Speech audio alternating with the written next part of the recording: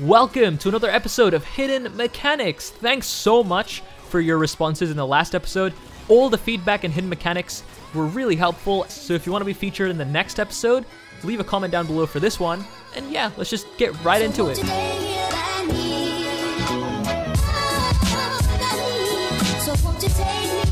Standing directly on top of a dispenser gives 2 times more metal.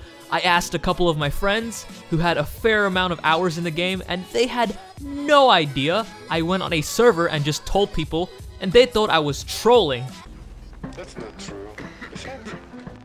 I know it's like very common to see that 12-year-olds are in this game, but I don't think that's like a...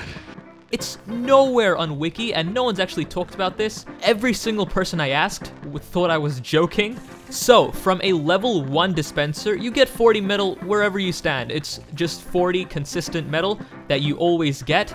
But, if you stand on top of it, it actually doubles to 80 per tick. As for a level 2, same thing. You get 50 around the dispenser, and then I'm pretty sure you know what amount you get if you're standing on top of it. 100. 2 ticks and you're full. A level 3 dispenser gives 60, but 120.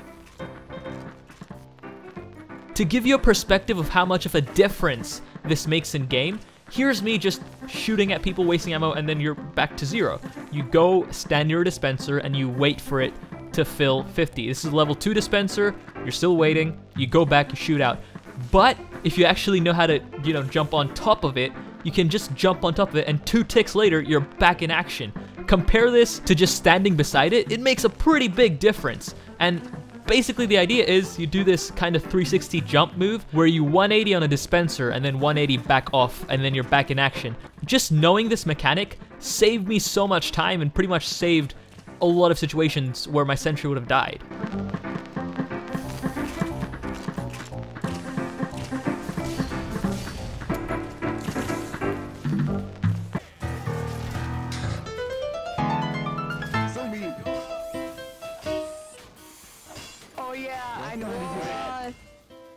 What is this? It's so cool. You can build a mini sentry with a normal wrench. This is clearly a glitch, and you can't actually do it the other way around. You can't build a level 3 with a mini sentry. Now, to do it, step 1, equip the gunslinger, walk out of spawn, and then kind of hover it on the area outside of spawn. Don't actually put it down, just hover it around that area. Go back in spawn, choose your preferred wrench, touch the resupply cabinet, and then you're ready to roll. You could go outside. The first sentry you put down is gonna be a mini sentry, but after that, you're gonna be putting down level 1 sentries that go up to level 3, normal sentries basically. And this could come in handy, per se. Let's say you wanna get from point A to point B, and in between there's enemies. You can't actually get through those enemies with a normal sentry. So you could kind of build a mini sentry and have that ready to just get through that area so you could get to the other point and then attack normally, if that makes any sense.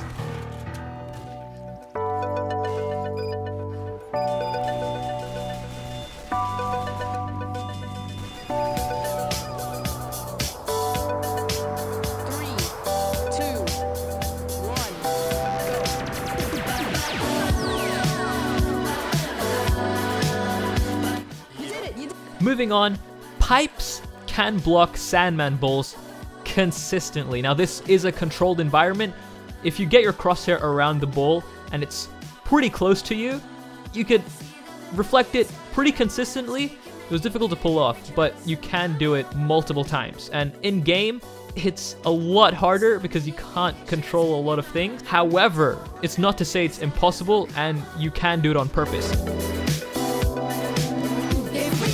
You can combine the winger and the atomizer to give you an insane amount of distance. Basically what you're doing is, you're first doing your 2 jumps, and then the second you do your second jump, you're instantly switching to your atomizer, which allows you to use that atomizer 3rd jump. Now the atomizer does have a holster time, but the holster time only affects if you're trying to attack with the atomizer. You can still use its ability while it's still being holstered, which means you can pretty much get so much distance because your first 2 jumps are pretty high and you get an extra 3rd jump. If you want, you can go ahead and combine it with the Force of Nature to get slightly more distance, but the main 2 weapons are the Winger and the Atomizer. And the Force of Nature, yeah, you could combine it, but that's just That's just too much of a combination.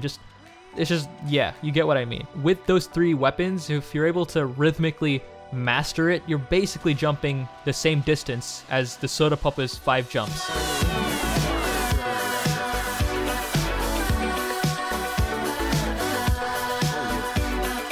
Oh, professional scout skills right now.